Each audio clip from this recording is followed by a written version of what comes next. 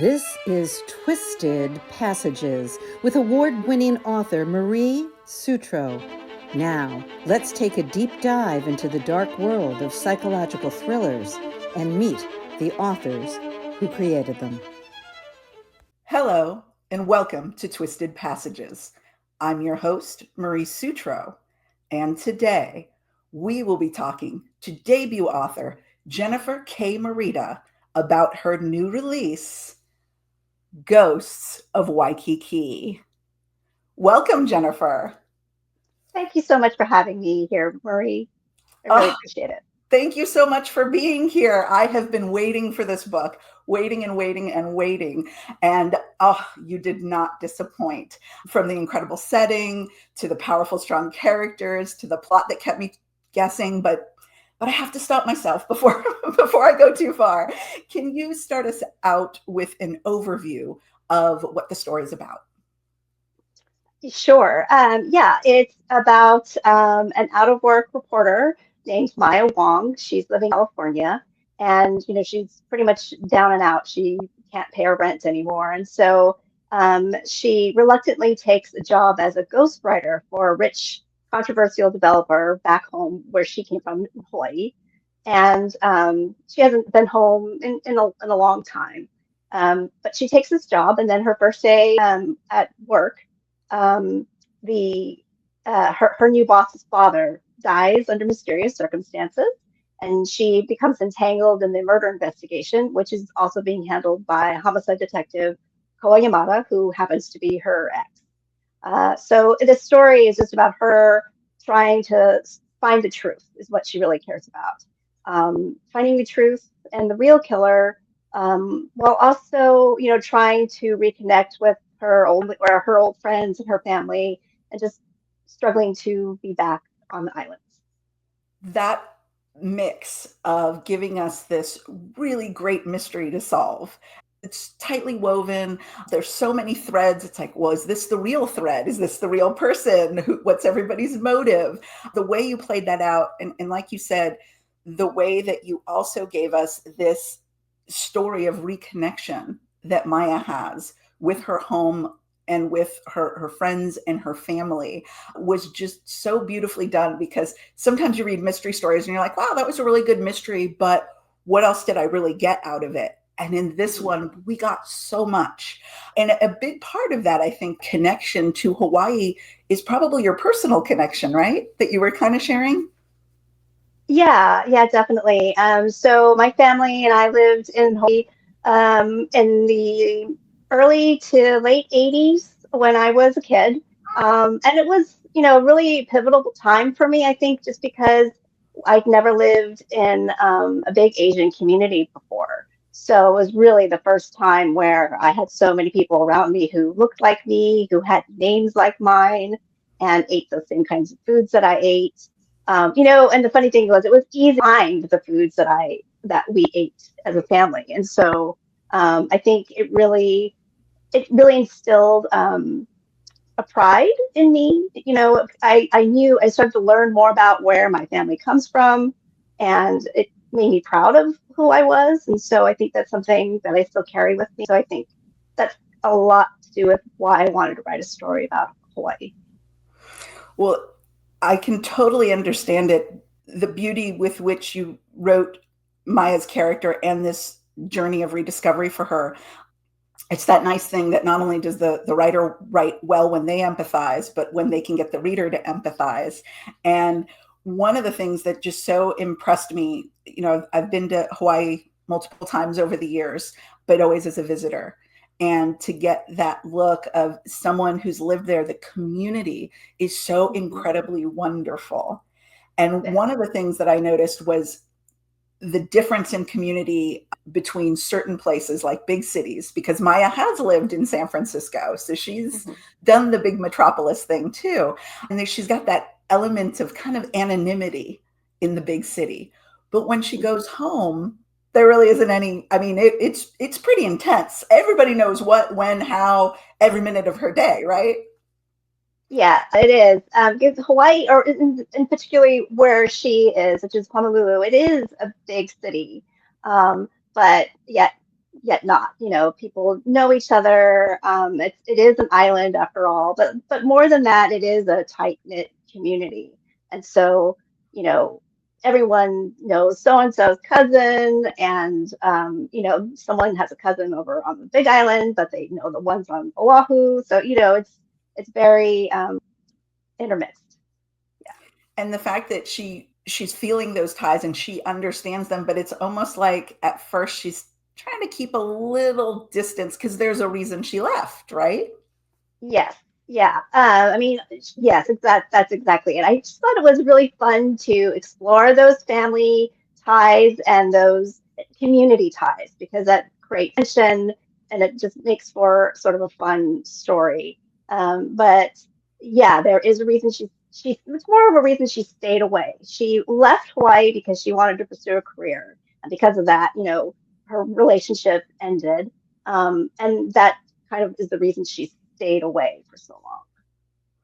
And that was really fun for the story too, because she needed that and it built more tension.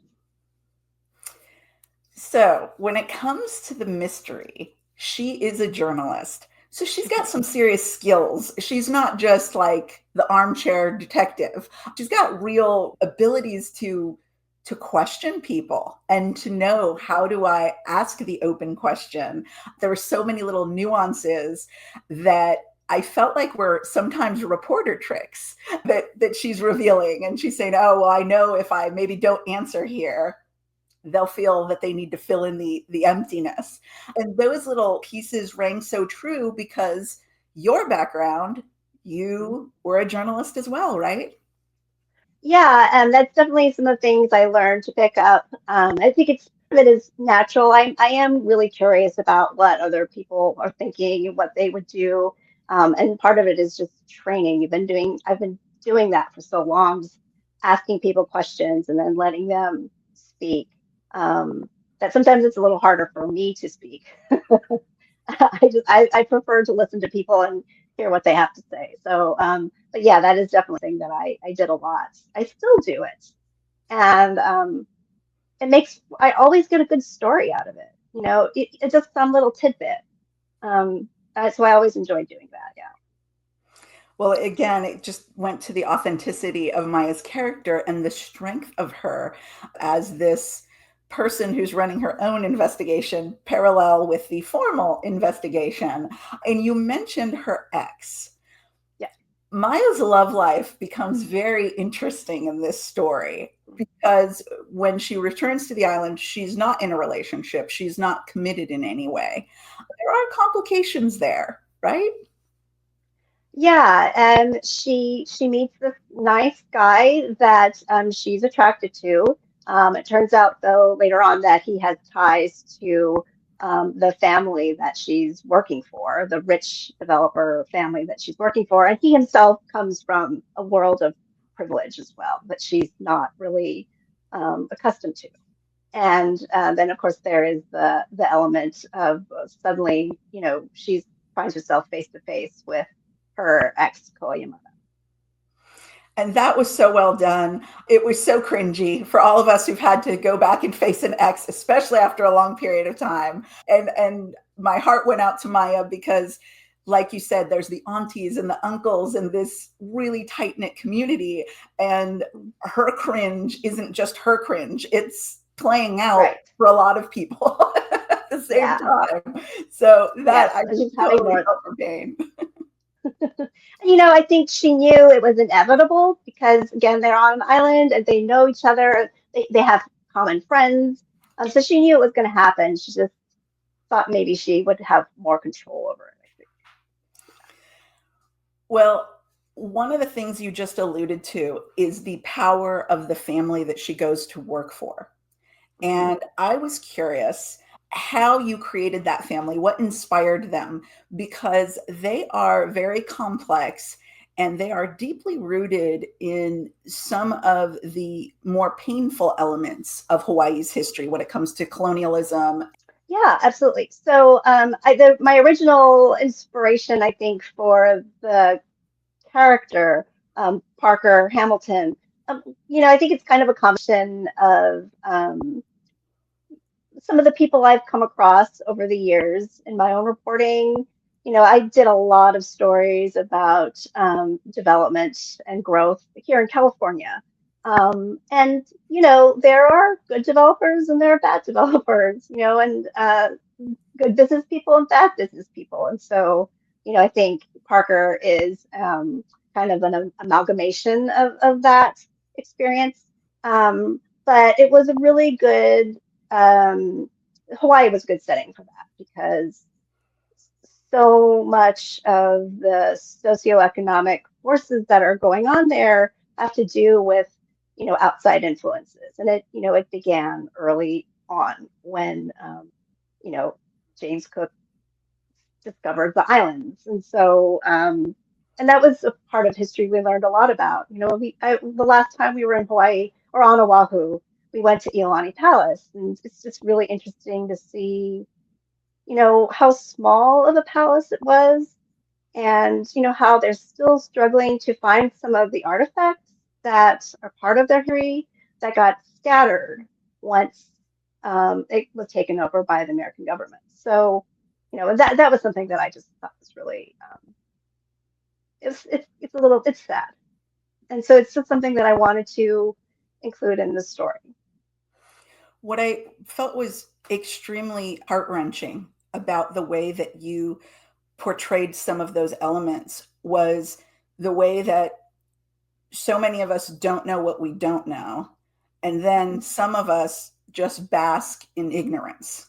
And I thought it was really powerful how you walked that line in showing us, hey, here's a family that's quote unquote been there for generations, yet they're still completely blind in many ways to 90% of what's going on because they're so insulated. Do you think insulation, just, you've been a journalist and now as a fiction writer, do you think that insulation is something that we need to overcome? Yeah, I definitely think that is true. I think just getting out and talking to other people and hearing other people's perspectives on things is something that will really open people's eyes and might not change you 180% or 180 degrees, sorry, but it does give you something else to think about, something else to chew on, which I think is what a lot of what journalism and what I still like to write about does. It humanizes stories. Hopefully, it makes people more empathetic. It's not, nothing is ever black and white. Nothing is necessarily just good and evil. There's lots of in betweens, and so it's important to be open to those stories, hear those stories, and tell those stories. Well, one of the things you did so well in the telling of this story was share with us those cultural elements.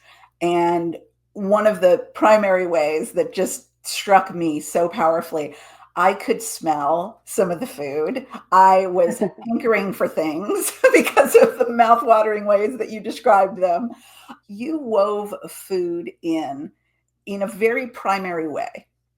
And I have my own suspicions about why you might have done that, because in my family, I come from traditions where food was a very big deal, and it reveals so much of who you are as a person and who you are as a community. Could you share a little bit about that? I mean, you gave us phenomenal food. I mean, I was just like, okay, drooling half the time. Good. That always makes me happy. I know that I've done at least part of my job. If you've read my book and it makes you hungry. Yeah, I definitely come from a family where everything we do, all our gatherings have something to do with food. We don't go anywhere without bringing food to someone's home. It's just really important. In fact, I remember growing up, I lived far away from my grandparents because of my dad's job, and so they would call almost every weekend, and the question they would ask was, "What'd you have for dinner?" Say what we had for dinner. And so that was kind of, our thing that we would start talking about. And then when we would go visit, it's always, have you eaten yet? And then they would bring out the food. So yeah, that was very, very important. And it still is. And I think that's very true in Hawaii. I mean, and when we lived there, we were exposed to it in a different way, because Hawaii, there's just so many different cultures together that they kind of adapt some of the dishes and they throw them together, and it's really fun. Like potlucks in Hawaii are just amazing.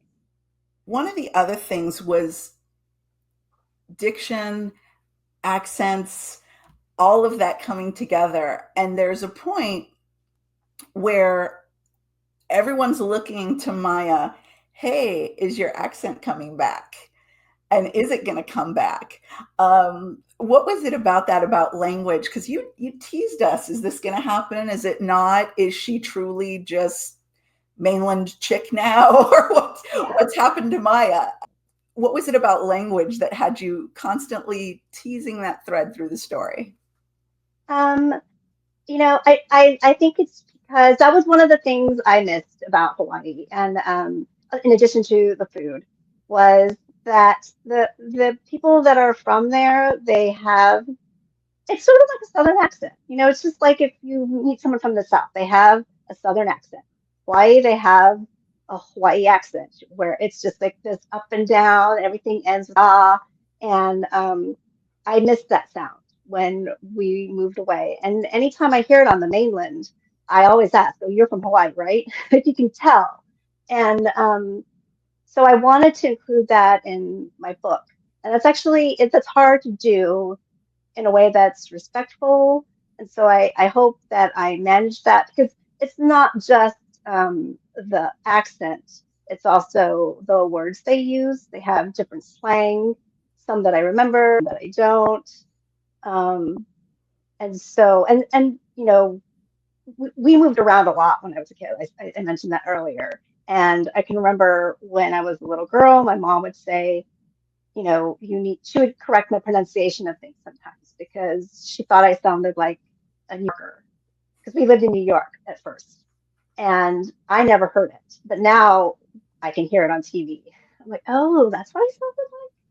And so I think that's always something I've noticed growing up, our accents and slangs and, the different way people in our country speak. And I think it's just kind of a thing to identify you. Well, I loved it. I'm a bit of a word nerd in general. And part of that for me isn't just learning new words and their definitions, it's hearing, like you said, pronunciations. I love that it is a certain music to me, all of the different types of accents. There was a time where I lived in a really small town in California that wasn't as diverse. And I noticed that I was missing the sounds. And I would come back to the Bay Area and just be like, oh my gosh, like I just want to be in a cafe hearing different accents. And so I totally get that. Yeah, and I do, like my grandparents spoke Cantonese, and so I don't actually hear it that often anymore since they passed away. And so I miss that sound. But when we go to San Francisco, you go to certain places, you hear it around you, and it's nice. Yeah. It's funny. It's almost, they talk about, how much of memory is linked to smell. For me, those sounds, it brings a sense of home to me. Another question I have for you. Maya is a really awesome sleuth. I loved her. She was smart. She didn't just fall into things all the time. She's actually going places because she's propelling the story by finding the clues.